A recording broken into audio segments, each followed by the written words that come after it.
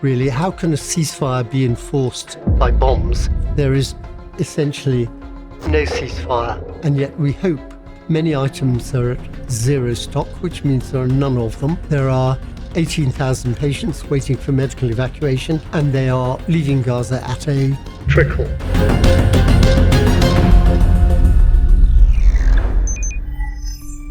Well, the ceasefire, we're told repeatedly, is fragile.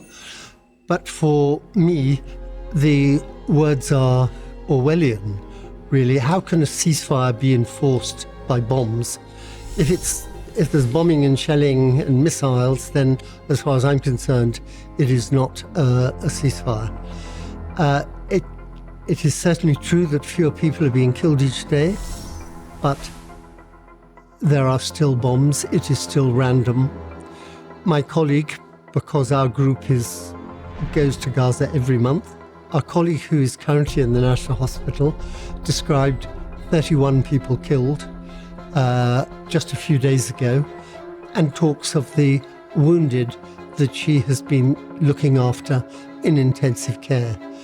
There is essentially no ceasefire, and yet we hope we will progress to stage 2 of the 20-point peace plan.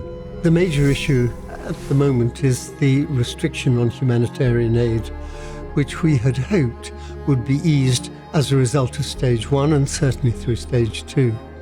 But it's difficult to talk precisely about the situation because a trickle is allowed in and then it's claimed as a success.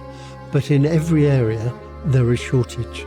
There is shortage of food. Important for us, there's a shortage of medicine. Many items are at zero stock, which means there are none of them, and there's a shortage of surgical equipment. Now, I've been 4 times during this war.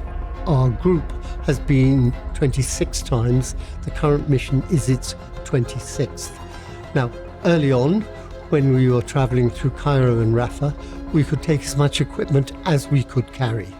When Rafah was closed and we went from Amman through Allenby Bridge and to Kerem Shalom, we could carry a certain amount of surgical equipment. And just before the ceasefire and certainly afterwards, that has been reduced essentially to nothing. An anaesthetist, not very long ago, had his stethoscope removed from him on the basis that it was medical equipment and he wouldn't be listening to his own chest.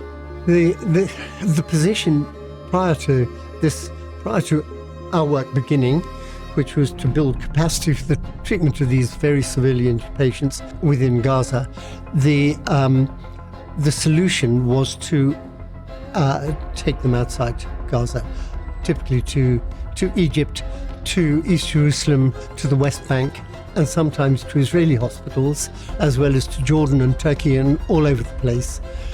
That, of course, is not possible now. There are 18,000 patients waiting for medical evacuation, and they are leaving Gaza at a trickle. But on top of that, now that there is an alleged ceasefire, there is a project in which we're closely involved, screening those people who've been injured and may be in need of further treatment. And the estimate of those who may be in need of further treatment but could be treated inside Gaza is between 20 and 25,000. That assessment project has been underway for nearly 3 weeks now, but is essential in planning future needs.